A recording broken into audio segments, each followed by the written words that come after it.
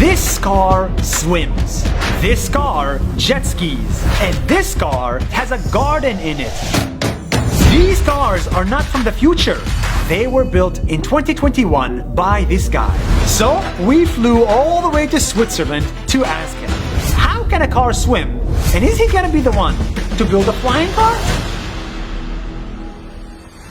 In Zurich, Switzerland, I introduce you to Frank.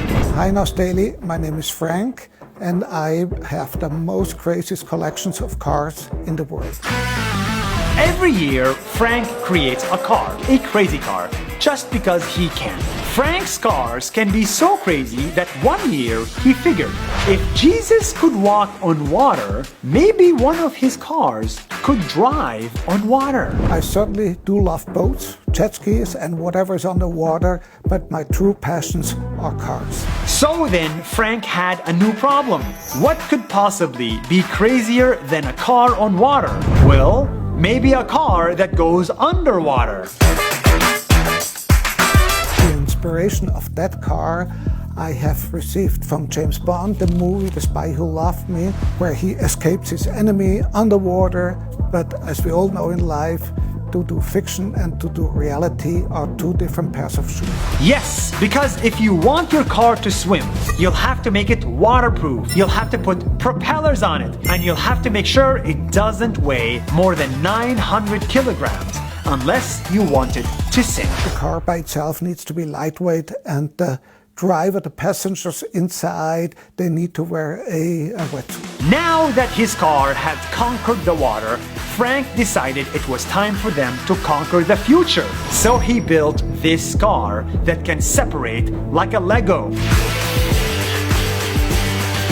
He built this delivery car that can send packages even when stuck in traffic. He even built this car that has a garden in it. And if you ask him, when is he making a flying car?